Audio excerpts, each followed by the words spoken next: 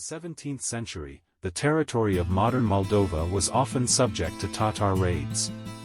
To protect the population of the commune of Kobalka, Kodryanka, from the conquerors, the boyar Denku Lupu and local peasants built the Assumption wooden church, where residents of nearby settlements could take refuge from raids.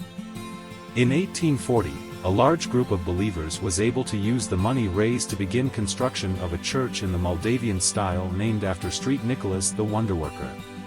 After 6 years, with the direct participation of Abbot Victor, a stone church was built on the site of the Assumption wooden one.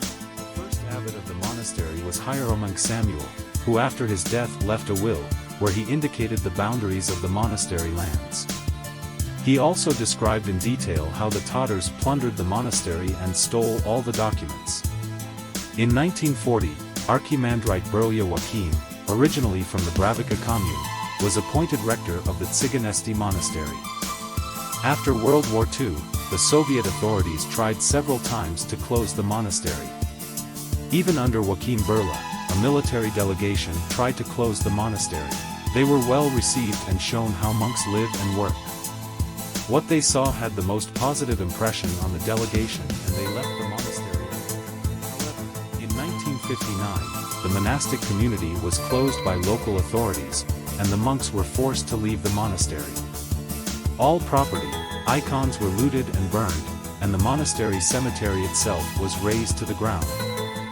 The only icon in the form of the miraculous image of the Holy Great Martyr Panteleimon and part of his holy relics has survived to this day.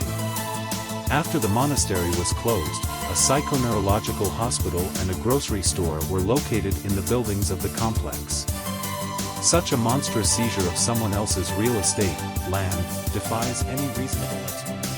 It was only in 1992 that the Tsyganesti Monastery was opened again.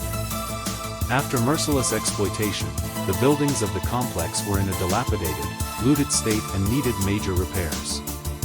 The restoration of the buildings and landscaping of the territory were completed in 1998. The Summer Assumption Church had a Gothic-style roof with 2 small towers. The facade has pronounced side apses.